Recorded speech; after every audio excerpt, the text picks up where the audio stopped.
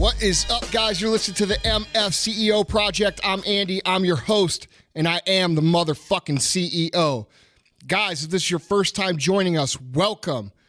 We don't discriminate here. You don't have to be an entrepreneur per se. You don't have to own an actual business. The goal of this podcast is to get you to think like an entrepreneur, to go through life with a swagger, with an attitude, with the skills you need to build the life you want. And we do that a number of different ways by approaching a number of different topics. We don't charge for the podcast. As always, if you feel like this podcast helped you, if you feel like it brought you value, all I ask is that you refer a like-minded friend, okay? I don't think that's too much to ask. As always, I'm joined by my co-host, Vaughn the Impaler, the pastor of disaster. What's up, man? What if we did charge for the podcast? How much would we have made by now? A lot. A lot. Like billions, maybe? Yeah, trillions. Trillions. Yeah. Maybe we should. Yeah. We should pull everything off and make it premium content on the MFCEO.com. Hey, man. It's not a bad idea. Yeah. I know this. I know that if you listen to this podcast and you can't figure out how to fucking do something by now, there's something wrong with your fucking brain. Right. Because we're giving away all the tools, every single one of them that you need to make change. You know, a lot of people are out there claiming to have all the answers or to give all the tools or to help people. But a lot of these people haven't done anything in their own lives. You know, they're people who read books. They're people who know theory. They're people who have studied things, but when you actually try to look and see what they've actually done, you know, that shit is somewhere else that you can't ever fucking find, right? Right.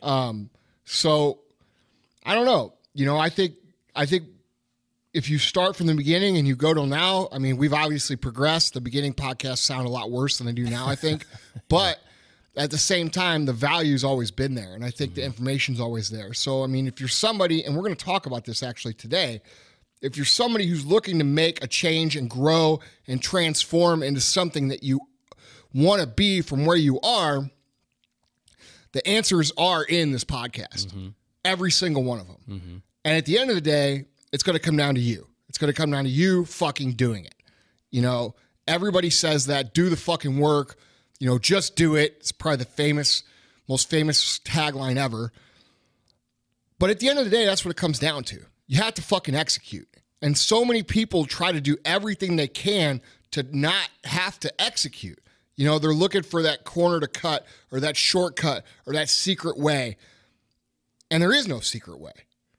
There just isn't. And anybody who's ever gone the journey knows that there is no secret way.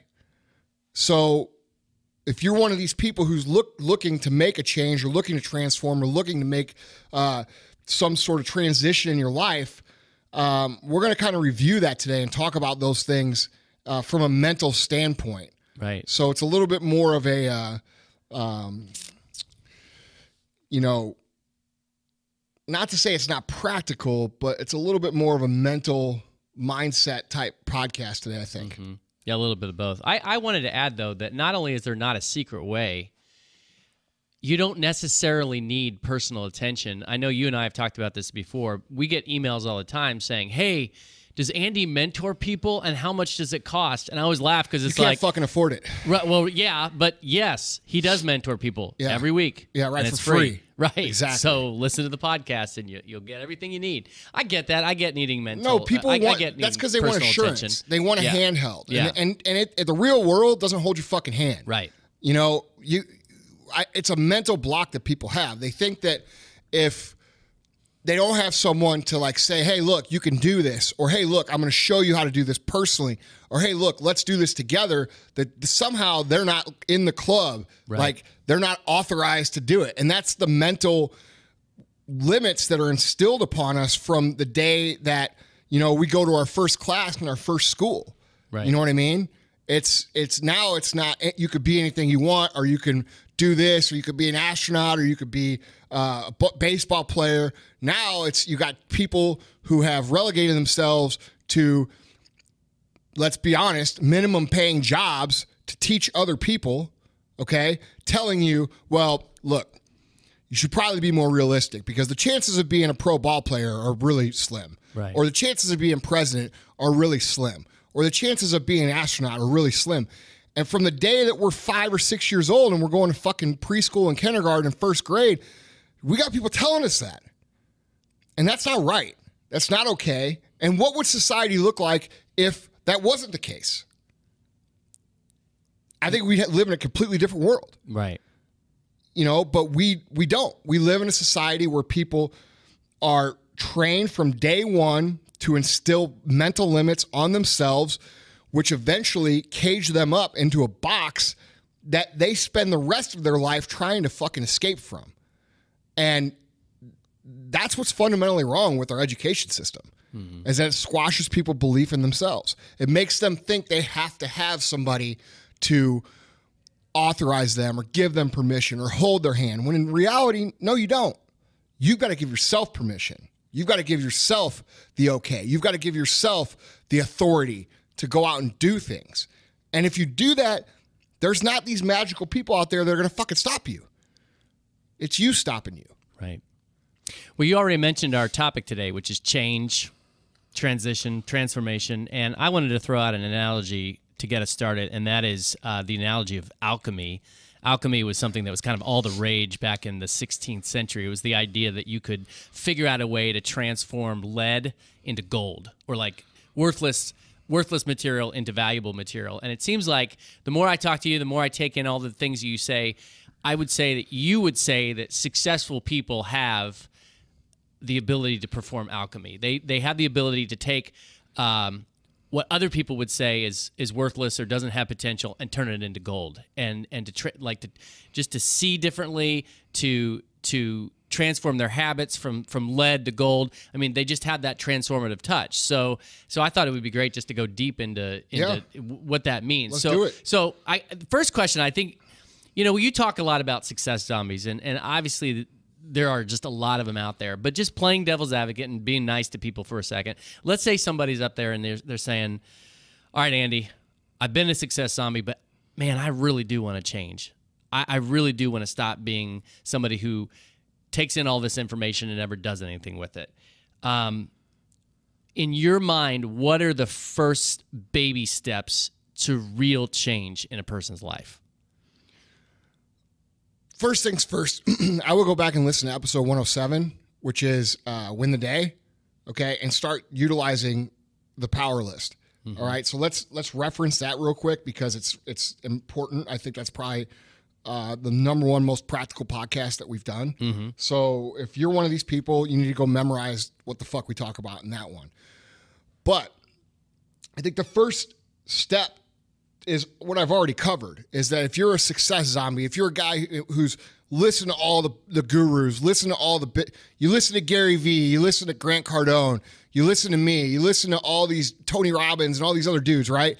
And you're like, okay, I get it, I want to do something, but you have such a hard time breaking out. It's what I already said. You have to realize that you are going to have to break out on your own. Nobody's going to come break you out. I'm not coming to save you. Tony Robbins not coming to save you. Gary's not coming to save you. We are actually giving you all the tools, but you're not making the decision to act.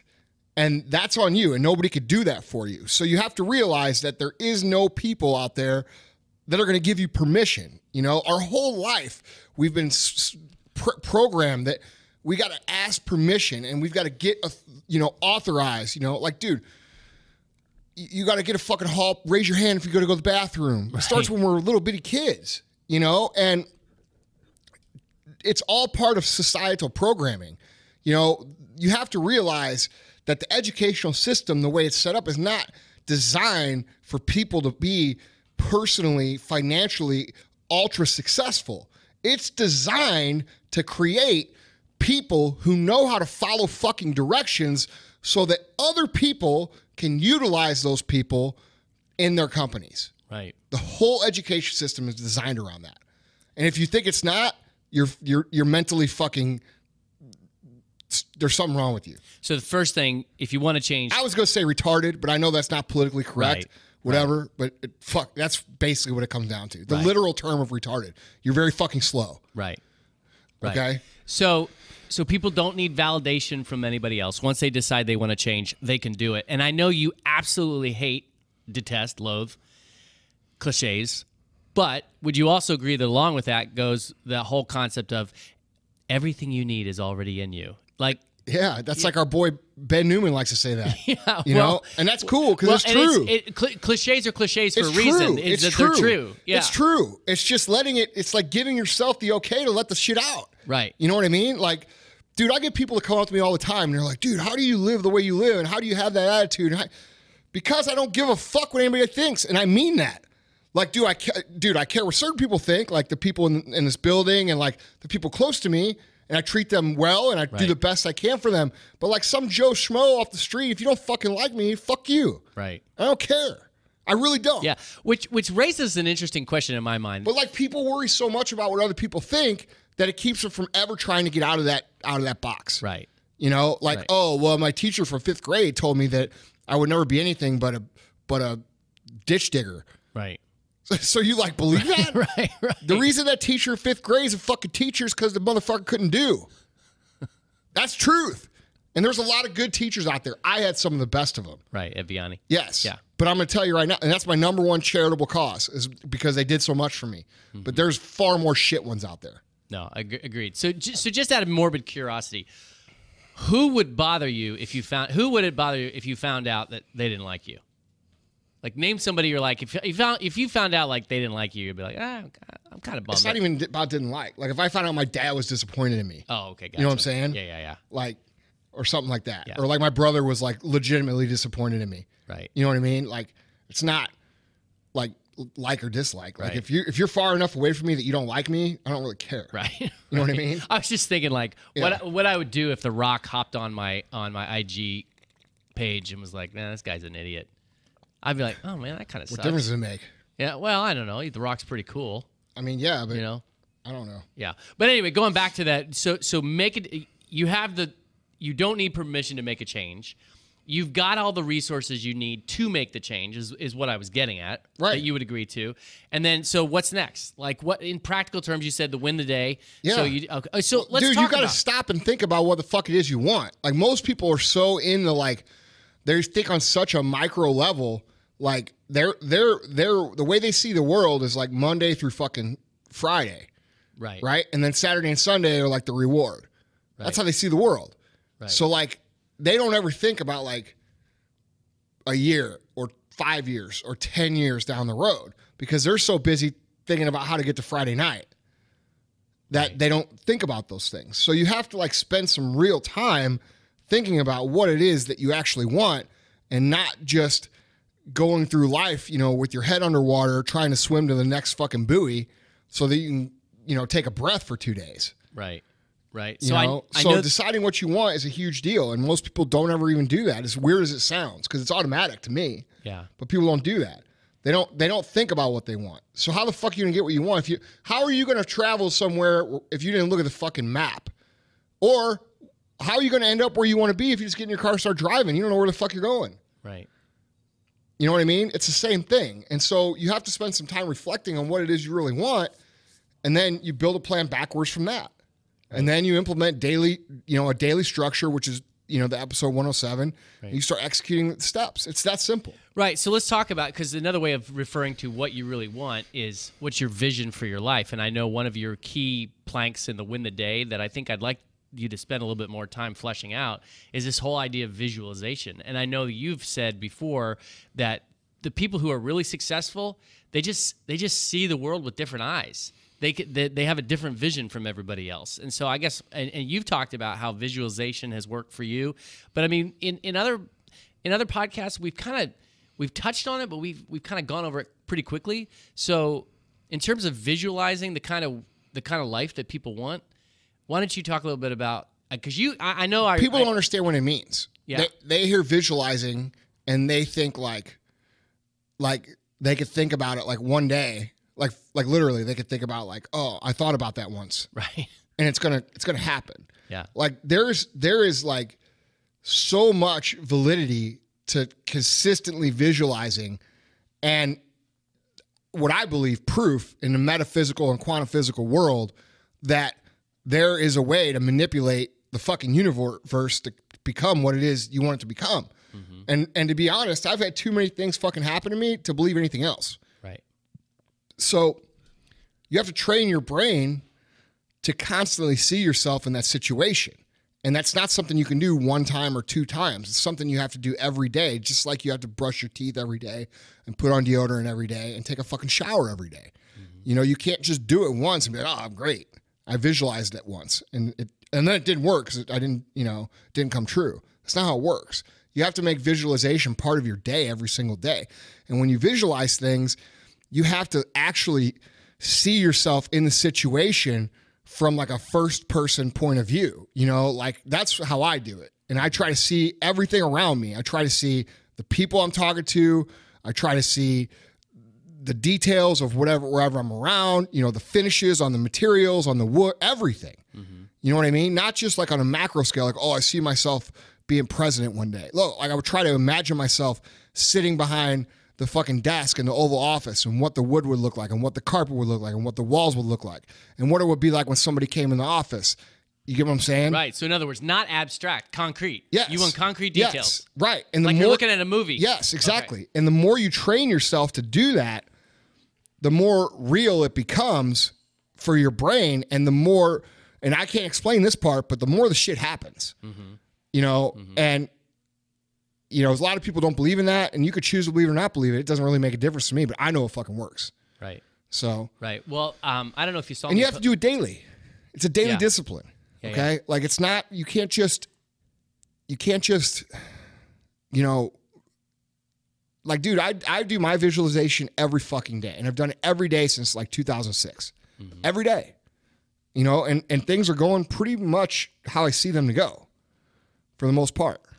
Well, a while back, I came across a pretty insane study done by an exercise physiologist that actually proved that people that visualized working out and doing weights, actually, there was evidence that muscle growth did occur. The point is not that it didn't occur in the same way, clearly, that if you actually lifted weights. But the point was the power of the mind. That the mind is so powerful that when you visualize lifting weights, it actually produces. I mean, it's insane. So I want to be really specific because I want people to adopt this practice because I know how helpful it's been for you. So what time of day do you normally do it?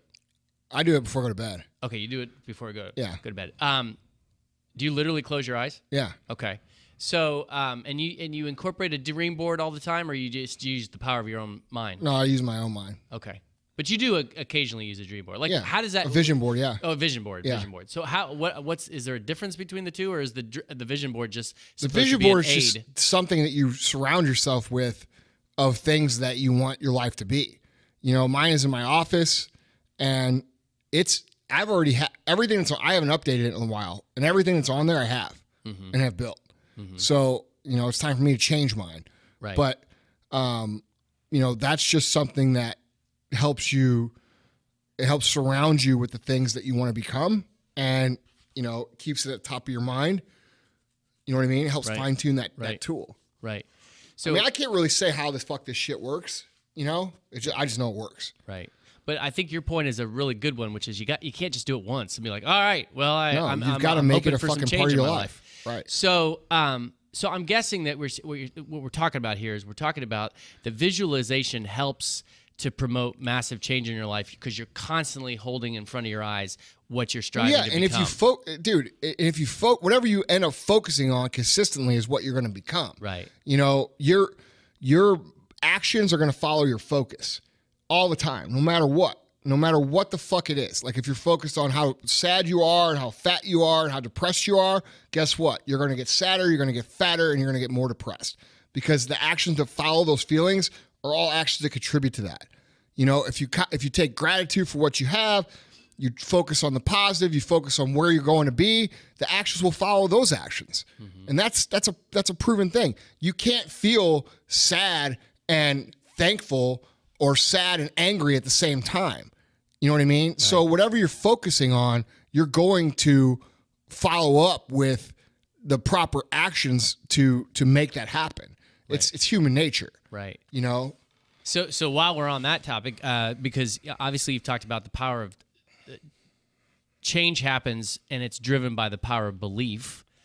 You've actually used the word faith at times, right. Not necessarily in the formal organized religion sense, but in the general spiritual sense. But you've also said that there's kind of two sides of the same coin, that the work comes before the belief. Right. So elaborate on that.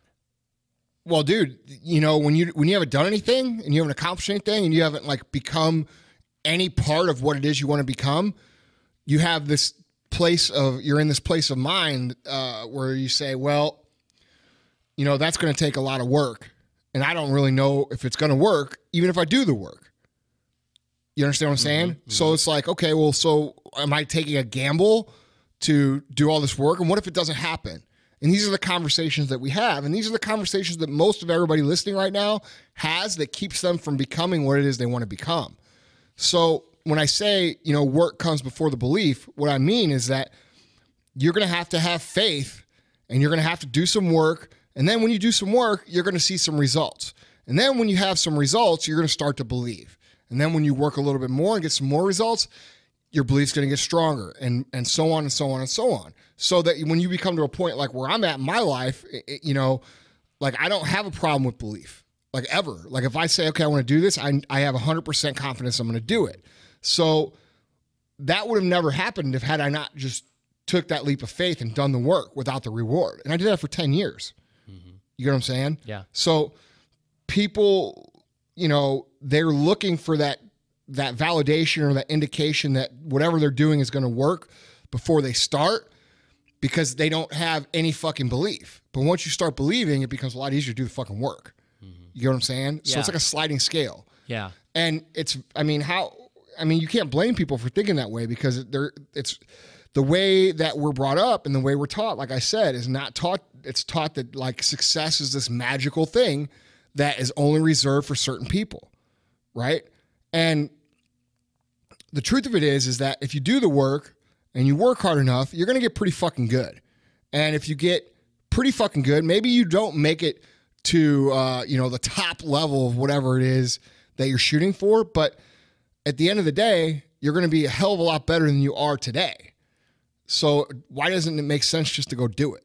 Mm-hmm. Right. Mm-hmm. And people talk themselves out by this argument of like, well, if I do all this extra work at work, nobody will notice and I won't get that promotion. Right. You know what I mean? And if I do all this extra stuff at home, it's not going to matter. It's not going to help my marriage because my wife won't notice, or if I do this and this and this, and that's how people talk themselves. And that's why they remain exactly where they are. Right. So you have to do some things. It's just like anybody listening right now who has ever gone from like mediocre shape or overweight to in shape or lost a significant amount of weight knows what I'm talking about. Because when you first start, the first 3, 4, 5, 6 weeks, the results are minimal. And then all of a sudden shit starts happening, and if you didn't have the faith for the first 5 or 6 weeks to stick through something when you're not seeing any results, the belief part would have never came. And that's why you see so many people who just say shit like, oh, well, my whole family's fat and so I'm fat. Right. And I'm just supposed to be this way. Right. No, you're not. You're just a product of your fucking habits. Right. Right. And that goes for anybody. So basically the belief gets you going, but it's the work that's going to sustain you. And then once the work, it's kind of hard to even wrap my head around in terms of what comes first, what comes second. Work always comes first. Work always comes first. Yeah, you're going to have to do some shit and not get anything back for a while before you start to believe that it's actually working. Right. You got to work, see results, then belief. Work, see results, belief. And you do that cycle enough times, the belief comes real strong to where you know that when you do the work, the result will always be there. And there's no fucking magic. It's all about eliminating the thought of the magic. Right. Right? The X factor.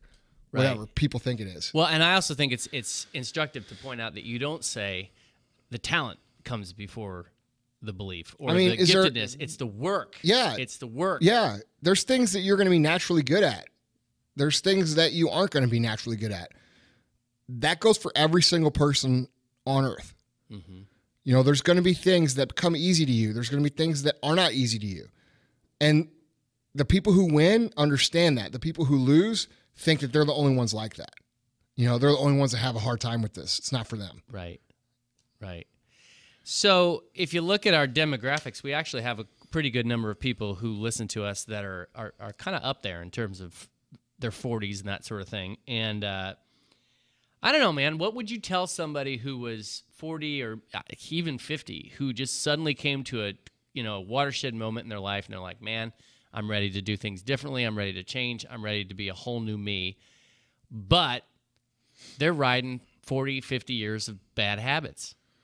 Like, how do you change those habits? How do you get out of like deeply ingrained patterns? Dude, it takes work. It's going to take fucking effort. It's going to take you concentrating. All the shit we've been talking about. It's going to take fucking focus. It's not something that's going to be easy, but it's not just hard. I don't think there's any difference between 50 years of habits and 10 years of habits. It's the same fucking thing. The problem with 40 and 50-year-olds is they fucking say, well, I'm going to be fucking 70 in 20 years, so I don't want to spend the next 10 years hustling balls. Right. Well, first of all, you should, because it's fucking fun, and you'll have a good time, and you'll be fulfilled by the work. Second of all, what's your legacy going to be? Third of all, wouldn't you rather have 20 good years than fucking 0? Right. 20 years is a long fucking time. You know what I mean? Yeah. So, I'm doing this 18 years now, 17 years, and I've been living pretty fucking awesome for about, 7 of those. Mm-hmm. So how's that not, it's worth it. Right. So people don't, they tell the older people, oh, well, if I could live life over, I fucking start over. Right.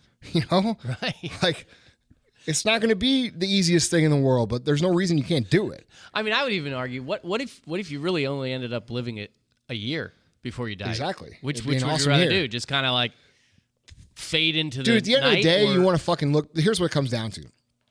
At the end of the day, when you die, you want to be able to look back and say, I did something. Mm-hmm.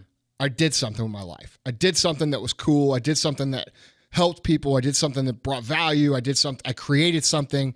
I did something. You know what I mean? You don't want to just say, oh, I wish if I'd do it over, I could have done this. Right. What might have been. Right. Worst thing. To put be on thankful for thankful for the, the 10 years that you, or the 20 years or the 30 years you have left, and say, man, you know what? I learned a lot. I lived a really interesting life. I went from living this kind of life to living this kind of life. There can be no regret in that. Mm-hmm. So, at the end of the day, it just comes down to people talking themselves out of it. Right. And older people definitely talk themselves out of it because of their age. I hear it all the time. But it's bullshit. Right. It's just another excuse. Absolutely. No question. So, I mean, let's just talk broadly again here about this whole concept of change, because people don't like change. They, whether it's going from job to job or moving from city to city. In your mind, how does the truly successful person look at change? Look at the whole concept of change. How do they interpret it? As necessary as like oxygen.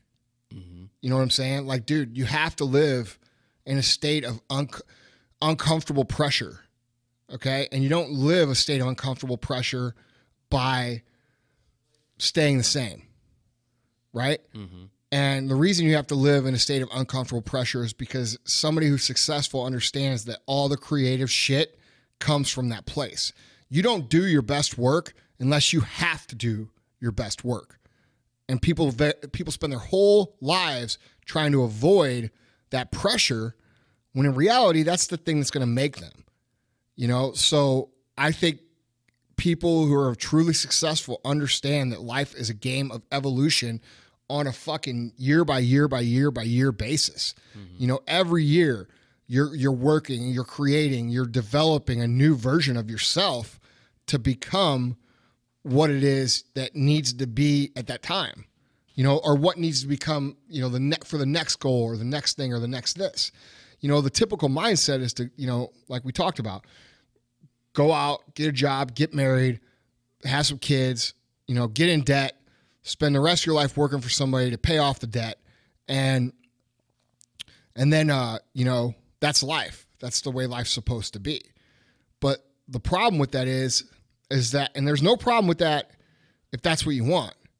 But the problem with that for somebody who wants more, it's like in The Matrix when Morpheus is like the red pill and the blue pill, which I actually met him in LA You met Keanu Reeves? No. Lawrence Fishburne. Lawrence Fishburne. That's awesome. Yeah, the last time I was in That's LA. awesome. We were waiting in line to take a leak. It was pretty funny. That's great. Yeah, but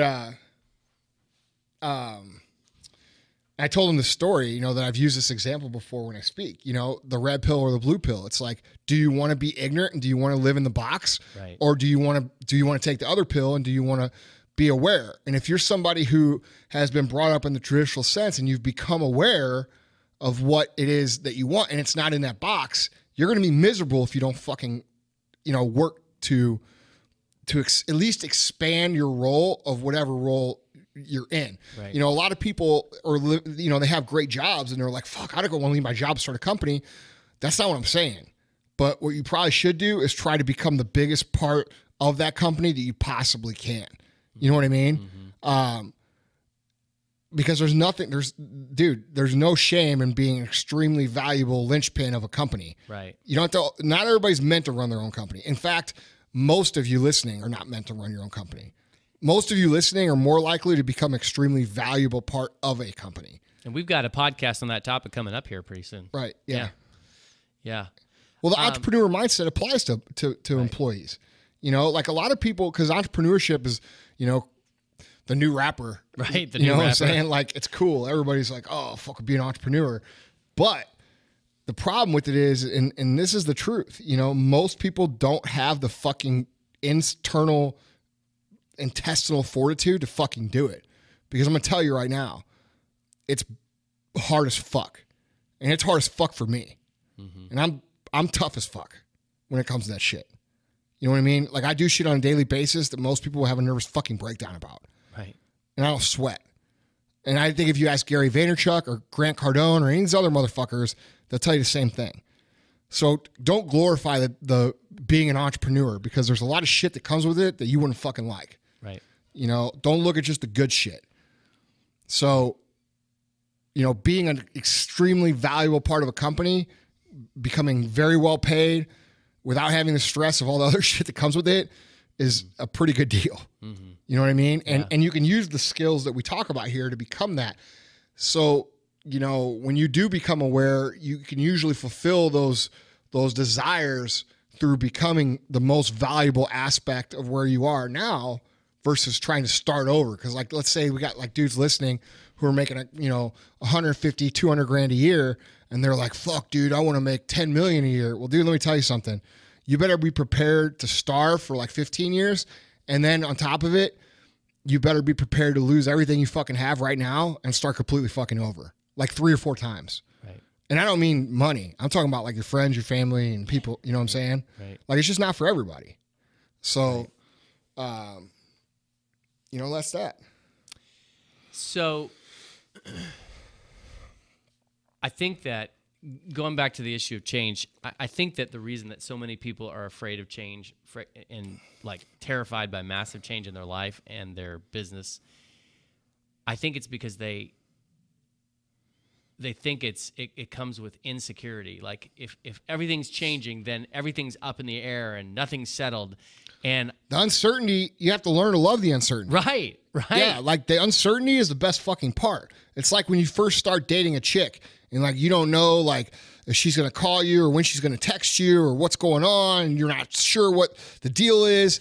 That's when you fall in love with someone, because you sit there and you tell yourself all these stories. Well, what if she doesn't like me? And what if she's doing this? Or what if, I don't know, you know, and we tell ourselves all these crazy fucking stories. And don't act like I'm crazy. All you motherfuckers do this shit. Right. And then what you end up doing is convincing yourself that you're like in love with this person, you know, because then they show the affection back and then you're like, oh, I knew it's meant to be. You know, it's like a fucking story you tell yourself. Right. It's not reality, you know, but the uncertainty is still a good place to live, because the uncertainty is where the fun is, versus like if you just knew what everything was going to be for the rest of your life, how fucking boring would that be? Absolutely. I love the uncertainty. Absolutely. I love not knowing. I love knowing in my heart where I'm going to end up, but not really knowing. You get what I'm saying? Absolutely. Dude, I had to start over in life. I mean, I had to. And when I realized that, you know, all of a sudden I was looking at, okay, well, now I have to have a career and I have a whole resume that's based on ministry. Right. What the heck do I do? And I felt a certain like fluttering in my stomach. But after a while, it's exciting. Yeah. I was like, this isn't nerves. This is I'm excited because to borrow what you just said, the two things that I love about change, mystery, right, and freedom. Right. Those two things, man, are awesome. Yeah, and like, dude, people hate it. You know, they hate it. It's like, and that's okay, because like some people aren't meant to change. Right. Like, dude, it's about your personal value system and nature, right? Like, I made a post about this on Facebook the other day. Like, you know, I see all these people breaking up and like. I saw that. That was awesome. Yeah, it's true though, right? Yeah. So like, I'm going to repeat the post kind of like, so basically, here's my thing is like, so many people break up and get back together and break up and get back together and talk shit about each other and make their, and they do it publicly, which is completely wrong, but they do it privately too. All right. And the point wasn't don't do it publicly. The point was this. Look, man, you need to look at yourself as a specific type of puzzle piece, right? And you're going to meet all these other different kinds of puzzle pieces out there in the world. And sometimes these people, when you meet them, are going to pretend to be the puzzle piece that fits to you. And you're going to find out 6 or 7 or 8 months down the road or 2 years down the road that they aren't, right? And then what do? Do you fight and be mad and this and that? No, there's no reason to be mad, because at fundamental core, everybody's different. So like, why would you drag somebody that you had a good time with for the last year or 2 years through the mud just because, you know, you found out that it wasn't exactly what you thought it was? There's nothing wrong with that. It doesn't mean they're wrong. It doesn't mean you're wrong. Now, do people do fucked up shit to each other sometimes? Sure. But the point of it is that, dude, you need to let it go. Like, shut the fuck up. You know, realize that, like, for relationships to work, you've got to have somebody whose nature complements yours. It shouldn't be hard. Like, this is this thing people say, relationships sure are hard. Well, then you're with the wrong motherfucker. You know, because, like, relationships should complement each other naturally. And it's very rare for two people to find that, you know, but it's the truth. And if people thought that way, there'd be a lot less fucking bullshit going around. You know what I mean? But people just, they would rather tear somebody down or rip somebody or talk trash. And it makes no sense, because it's like, you just spent the last 2 years in love with this person and now they're a piece of shit. What's that say about you? Right. You love a piece of shit. And they go to you for counseling, like, again and again and again, when that person is mistreating you. And then the next thing you know, they're like, oh, well, we're back together. Right. Well, then don't come to me anymore for your advice. Right. Because if you're not going to take it, then you're not going to move on. Right. And dude, it's a whole and then, like, dude, sometimes the puzzle pieces change, right? Like, dude, who you are now is not going to be, if you're a person outside the box, who you are now is not going to be who you are 5 years from now. It's just not going to be. And if you're able to maintain a relationship after you change and that other person changes, you're doing a pretty good fucking job. But the point is there's going to be times that you're going to have to recognize and be aware, like, okay, I'm changing, I'm evolving, I'm doing this. Is this situation complimenting me? Is it helping me? Is it serving me? And that's not fucking being selfish. That's being real. Because at the end of the day, dude, you're going to go out of this world on your own. And you have to have your own fulfillments and your own dreams and your own, you know, ambitions and your own life. And so, dude, you know, creating a situation where everything around you complements that is not selfish. It's essential. Well, it's like you always say, choose your hard. Do you want to be miserable for 50 years? Right. Or do you want to break up with this person now? Right. But, like, dude, people will stick with people. I read this. It's one of the biggest regrets people have is staying in bad relationships when they die. Like, spending an extra year or two of their life with someone where they know it's not going to work, you know, or 10 or 20 years. But the point is you have to be aware of what the fuck is going on. Like, the way school teaches you about relationships is not the way it is. It's not reality.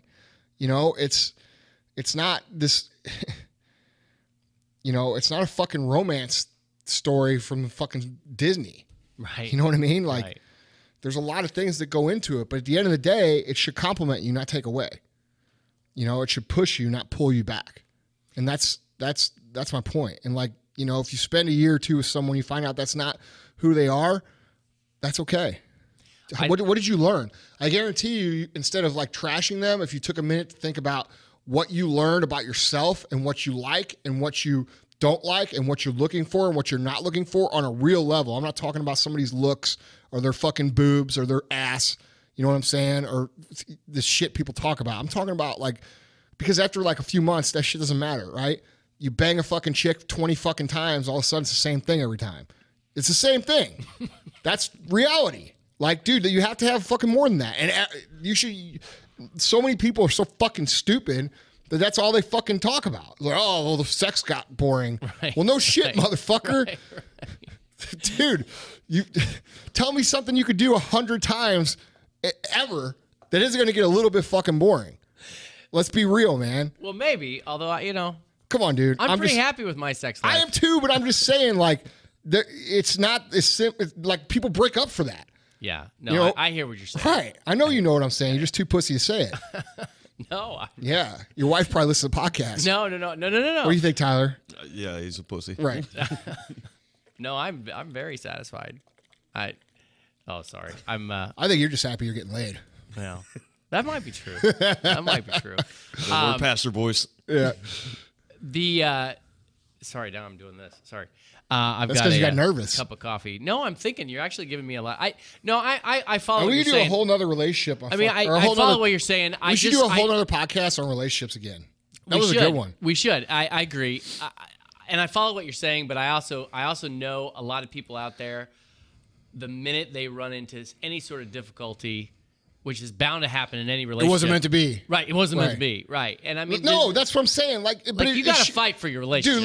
Dude, look. There's a medium, okay? Like, I'm speaking in extremes. Like, when I say it shouldn't be hard, is there going to be hard shit? Yeah. Is there going to be fucking... But it shouldn't be more hard than it is fun. Right. Or complimentary. That's what I'm saying, I guess. No, I hear what you're saying. And you and I have talked about, dude, so many people I talk to are so fucking miserable with their life, and it all stems from the relationship they're in. You know? Like, they want to do all these things, but they won't do them because the spouse doesn't want them to do them. So they delay, when in reality, the relationship's not going to last anyway. Right. No, I hear you. You know, like, so what the fuck are you doing? So I know, because you and I have talked about this before. What we always used to say when I was a pastor is the best way to save a relationship is before it even starts. And the best way to save it is to choose a decent person. And the best way to choose a decent person is to be a decent person. That's true. And, you know? Become what it is you want. Yeah, exactly. Right. And, dude, that's another thing. Like, you see all these motherfuckers out there, like, dude, fucking totally out of shape, broke, you know, nothing going on for them, you know, or like girls we see, like girls with like big tits and like, you know, a nice body, but nothing else going for them. And they're like, oh, there's no decent dudes. All they do is chase around rich dudes. Right, and they're like, oh, there's no decent dudes. That's because you're playing the role of a piece of meat. Right. Okay. You're good for one thing and one thing only. And that's fucking getting laid by dudes who want to fuck you. Bring something else to the table. And that's who you're going to attract. That's exactly right. Period. So if you can't bring something more than that, guess what you're going to get? These people didn't get rich by fucking accident because they're stupid. You're not smarter than them. You know what I'm saying? Right. Like, no, I'm just laughing because we start talking about change and we're talking about... I'm just saying. No, it's like, great. Dude, I all mean, these gold digger fucking sluts, man, they all think that they're smarter than these rich dudes. Dude, these dudes didn't get rich by fucking being stupid. No, I hear you. So, like, you're like, how stupid do you have to be to like think that you're going to outsmart these dudes? You know, I'm just being real, man. No, I love it. Two podcasts for the sake of, or for the price of one. Yeah, but like, dude, you know, these people, you know, like guys do it too, man. They're like, oh, I see it on Facebook all the time. Oh, there's no decent girls out there. Well, let's take inventory of you. You're out of shape. You fucking cry on Facebook all day long. Okay, you don't have a fucking job. You have no real ambition. Yeah, you're not. You're doing a new thing every week. Right. You live with your fucking parents. You're 35 years old. Mm-hmm. What the fuck do you bring to the table? Probably memes. Yeah, you got funny memes. Motivational memes. Yeah, but I'm just saying, like, dude, everybody's problems come down to what's in the mirror. Yeah, it's true. Yeah. So, like, if you want a good mate, if you want to find a good person, be a good motherfucking person. Right. You know what I mean? And have the qualities that whatever it is that you think you want in a mate, if you don't possess those qualities, you're probably never going to get them. Right. All right. Well, while we're on this subject, I got to throw out another thing. Part of the problem is that we have guys that their whole orientation is passive. So you have these girls that have spent like a year with the guy, and they're like, "Oh, I don't know if he likes me or not." Did Emily have to guess whether you liked her or not? No. You made it clear, Yeah. right? So you essentially just is like, "This is who I want. I'm going for it." Yeah. I showed initiative. That's the problem. You got a lot of guys that are out there complaining that no women ever likes them, and they're like, "Well, do you ever make any move? Do you show initiative? Do you pursue? Or do you just sit around like, hey, I'm just hanging. I'm going to let her guess that I like her." Dude, look, man. You know what I'm saying? Dude, look, I could write a fucking book on this. Right. Because most guys and most of you guys listening are total fucking pussies when it comes to this.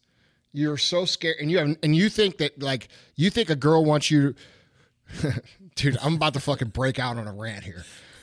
Most dudes think a girl wants you to, like, send them fucking flowers and chocolates and be Prince fucking Charming. That's not what they want. Okay? They want to chase you. They want to be the one that's confused. They want to be the one who doesn't know what the fuck's going on. Because from the time that they started growing boobies and hit puberty, every single dude they've met has tried to fuck them. So if every single dude that you ever met in your whole life from the time you were 12, just think about this from as a man. If every single girl, every single one, from the time you were fucking 12 years old was trying to bang you, every single one, wouldn't the one that stood out be the one that wasn't? Be the one that was like showing you a little interest but then pulling back and making it fun? Kind of a dance. Yes, but guys don't know how to do that dance. Right, they don't. They have no fucking clue. You know, they think that doing the dance is either one extreme or the other. They think it's like, you know, send them fucking roses and get down and kiss their fucking feet and do all this bullshit. Or they think it's act too cool for school, like, you know, like the dudes do when they're in 9th grade, right? And it's, you know, it's like fishing, man. Like, you know, you throw a little bait out, you reel it in real quick. You know what I'm saying? Like, yeah, it is. And you guys are totally going to, I mean, I know you're going to get on me and say that, you know, I have no game. But when my wife and I broke our engagement, I think she really thought that I was going to just go she did not think that. Cry. I think she thought I was going to cry in a corner. But you went out and banged chicks. No, I didn't. Yeah. But I did find right, Tyler. He polished up that head. He did. He went out and fucking slaughtered him. But I did.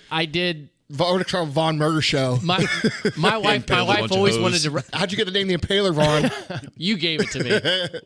We won't go there. Oh, but no, I mean, what I did when we broke up is I found the college girl that I knew Kasha knew that I thought was really good looking, and we went and ran a 5K together, and I took pictures and posted it all over fucking Facebook. Right, dude. And it was flex on that supremely bitch. effective. Flex on that bitch. Yep. That's called flexing. So it was good. Yeah, but see, that is game. Yeah. That's a fucking great game. Right. If I could reach you right now, I'd give you a high five. All right, thank That's you. Good I appreciate game. it. I can acknowledge Appreciate that. But like, dude, so many people on this fucking show listen to this shit. I get DMs all the time about girls. Like, dude, come on. Like, we could do a whole show on this. Like, we could do a book on this. You get that many DMs about girls? Yeah, about like, dude, well, you got an attractive wife. How'd you get her? Blah, blah, blah, blah, blah. She probably, money. She probably went She with you married because you you have for money. money. No, motherfucker. She was collecting my bills. Right. And I took her from a bill collector to fucking want to take me out. And she asked me out. Yeah. Yeah. We should have a whole. I know. Yeah. We should bring in some special guests. But, oh, God. Dude, it's just sad. We've really gotten off topic, but that's all right. No, it's all good. It's sad though, dude. Yeah. It's sad.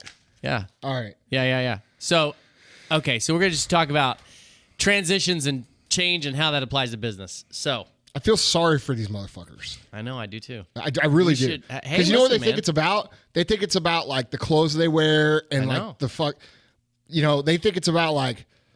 They think, like, I literally have worn the same clothes every day for, like, 10 fucking years. You know what I mean? Mm-hmm. Like, they don't get it, dude. Is that not true? No, your wardrobe's a complete blur to me. Right. It's just blacks. Right. Cowboy boots. Right. Yeah. Well, what about the other end of the spectrum? No, you're right, though. I mean, there's like... who are scared to not be in a relationship. Wait, what was the question? People who are scared to be alone? Yes. I don't know. I think that's because I think that comes from people being told their whole lives you're supposed to find somebody and settle down and this and that and like. But I think that leads to a lot of those. 100%. problems. Yeah, 100%. They just end up settling and just Oh, dude. But you know that again, that's another indication of the way that people are zombies because our entire culture, like all the Dude, pop the songs, shit I hear, the pop songs tell you need a boyfriend or you need a girlfriend, and so people are like, well, or I they guess tell I you just need need like one. 7 of them. Yeah, what's that? They tell you need like 7 of them. Yeah. Which is another fucking problem. Right. You know. Yeah. But like, dude, I don't know, man. Like, I feel like we could build a relationship course or a fucking like for dudes. You know what I'm saying? When I worked at a college, Kasha and I was asked to speak on just basically talking about our relationship and basic principles of relationship. And when I was done, this was like a whole huge group of college students. They came up to me like I was some sort of genius. And They said they thought you were Mystery from that show, The Pickup Artist. They did. But no, and I just, it's insane though, man. Vaughn's up there with his fucking cape on. Shit. I got my big velvet hat. Yeah. Oh, I should do that. But no, what I'm saying is it's what you and I consider common sense. Most people, Simon Sinek said it in that video. He said we don't, millennials say that we don't know how to have relationships. That's what he said in the video. No, dude, these motherfuckers today are DMing chicks being like, "Let me see your tits." Yeah. You know, that's what they do. Like, for real. I know. And it's like women say, this is what happens. Women say, I just want a man to show a little bit more of who he is. And then they DM him a picture of his penis. Yeah. No, it's like, no, that's called dude. Dick pic, Vaughn. Yeah, that's not, I know. Oh, you do? I'm just making sure you knew that. I know that. Hey, let's move along. Yeah, okay. All right, moving right along. We got 3 more points. Okay. So, Andy, how do I transition from my 9 to 5 to my dream scenario? First of all, you got to learn how to pick up chicks. Listen, dude, here's the thing. You're going to have to realize that you're not going to be able to you're probably not going to be able to maintain all the comforts that you have transitioning from, you know, where you are to where you want to be. There's going to be sacrifices that have to be made. And, you know, that might mean for somebody downsizing their house or moving into an apartment or cutting expenses. What I would personally do, and what I did for a long time, is I kept my expenses as low as I possibly could so that I could spend as much time on my work, you know, my bigger picture work, you know, that I could. Mm-hmm. And, you know, that's why, like, whenever, you know, for a long time, people don't realize this. Like, Chris and I had to work 2 to 3 jobs each to keep our company open, you know, and that went on for our first 8 years in business, I think. Or 9 years, where we both had to have other jobs to even keep the business alive. And dude, that's, you know, that's part of the deal, man. So you're not in a special circumstance by having to work a 9 to 5 and then also have to work. You know, there's a lot of fucking hours in the day after 5 o'clock and before 9 o'clock.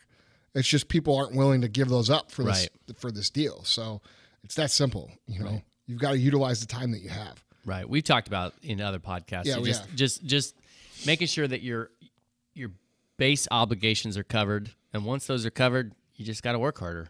Right. So, okay, what about changes in your business? You've talked about how one of the most challenging things is when you have some growth, you know, kind of giving things up. But what do you, in terms of navigating, we'll say change in terms of, you know, your business is getting bigger, but also change into maybe trying to orchestrate a change in culture, a change in administration. Are there any basic principles or best practices that have helped you navigate the growth have a and fucking evolution? plan. You know what I'm saying? Sit back, develop. You want to develop a culture? Sit back, develop a culture on paper. How are you going to do it? What are you going to do? What actions are you going to take? I meet so many people who run a business that just show up every day as if they're an employee and then go home at night and they think that like they're going to make all these things happen without actually having those kind of plans in place to put into action. So you have to develop, you know, a constant state of developing strategy to move from, you know, a passive nature of running an organization or being a part of an organization to an active nature of implementing new ideas, cultures, you know, procedures, staff, departments. I mean, there's all kinds of moving parts. And I'll say this, if you're an employee and you can help the company do that, you're going to write your own fucking check, because that's my biggest challenge, is that having employees that can help with those big picture things and planning them out and how it's going to work. Nice. What about product development? What about if you have a product, you have to, how do you decide like whether you're going to change a product? Or whether I listen to the market. You just listen to the market. Yeah, right. Simple. Like, we send a survey out, or we listen to feedback, or, a lot of people, they take a sledgehammer approach trying to put a market into a product. Well, the market's always going to tell you the truth. The market's always going to tell you if a product works, if it doesn't work. If it works, they're going to fucking buy it. If it doesn't work, they're not going to buy it. You can't fucking, cheat the market. So you have to be real in tune with listening. You have to look for social feedback on social media. Look at your emails. Look at, your competitors. What are they selling? How are they selling it? How much are they selling? All that information helps because it helps you develop an idea of where you should be. And if you're not there, there's probably something wrong with your product. Could be your product, could be your price, could be your packaging, could be your customer service, could be your retention. It could be a lot of different things. But that's what I'm saying. Like, you've got to be pretty fucking intelligent and well-versed and in tune to like solve those problems. That's why becoming a business owner is part of what makes it hard. Right. It's just, there's a lot. How do you feel about Apple's, their planned obsolescence where they release a product and they know that it's essentially incomplete, so that they know that there's going to be another version of it in 2 years from now, or they kind of corner the market. How do I feel of it? How do I feel about it? In which way? Well, I mean, is that something you guys like to do, or? No, we don't do that. But as a business, okay, as a consumer, I fucking hate it because I got to buy the shit every year. Right. I got to spend $1,000 on a fucking phone every year, so I fucking hate it. Right. Right. That's marginally different. This is the first year I didn't buy the new phone. Like, I still got the 6 or the 6 Plus. Yeah. And I'm gonna wait, because I could deal with this. Yeah. But like, as a business guy, I can't really argue. They've got more fucking cash on hand than the Federal fucking Reserve. Mm-hmm. You know what I mean? Mm-hmm. They figured it out. So, we're not in a position to where we could even do that. And if I could, I don't think I would feel good doing it. Right. I've always believed make the best product that we can make. And when we can legitimately improve the product, improve it. Our fat burner was on market for what, 4 years. Yeah. Wow. And we just now replaced it. Yeah. And the new one's fucking awesome. But Royal 21, King, shameless plug. I hear that every single day listening to 101.1. Yeah, it's a First Form. On ESPN. Firstform.com. Yeah.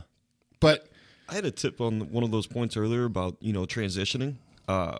If you do have an iPhone, since we're on that subject, reset your cellular data and just for a day, see how long you are on your phone. And that'll tell you how much free time you have. Shit. For the most. No shit. That's a good thought. It'll be 7-8 hours. Yeah. Right. Yeah. I don't have the time. Okay. Well, you're on your fucking Facebook every fucking time I see you. Right. So Andy is at Andy Frisella for Instagram. He's facebook.com/Andrew.Frisella. You're on Snapchat, MFCEO-1. Yeah. And I don't think there's anything else. You're not on Twitter. Tyler is at MyTyler, MAI_TYLER for Instagram. I don't think you're on Twitter either, right? No. But I do have to say that I am now uploading full episodes onto YouTube with video. People are loving it. So if you're more of a visual person, we have those now. Sweet. Okay. And I'm at Vaughn Kohler, VAUGHNKOHLER for everything. Guys, we continue to burn through copies of Otis and Charlie and the very first book. We're getting pretty close to the second book being released here in the next couple months, so stay tuned for that. Thank you for, we're just burning through those. Getting behind it. And we haven't really done much to promote it. But and guys, if you bought the book, please leave a review on Amazon. Yeah. That'd be very helpful. Yeah, and if you want to go to the website, it's Otis and Charlie, CHARLEY.com. And if you think I should develop a relationship content piece of material, drop a comment on my fucking Instagram and let me know. Yeah. Because I'm going to try to change the way these dudes do business. Yeah. It makes me sad, man. It's like these dudes think that they don't have any fucking power to the situation. You know what I mean? Like, it's like they're helpless little fucking children, and then they just take what they can get. Oh, dude, I got to get on GoDaddy and buy a domain name. Oh, don't say what it is, because somebody will buy it. Well, I wasn't really serious. It's MF Harmony. Yeah. Oh, come on. That was good. That was good. Dude. All right, I think this is a good place to stop. Thank you guys so much. If you like the podcast, please tell a friend, and we'll see you next time.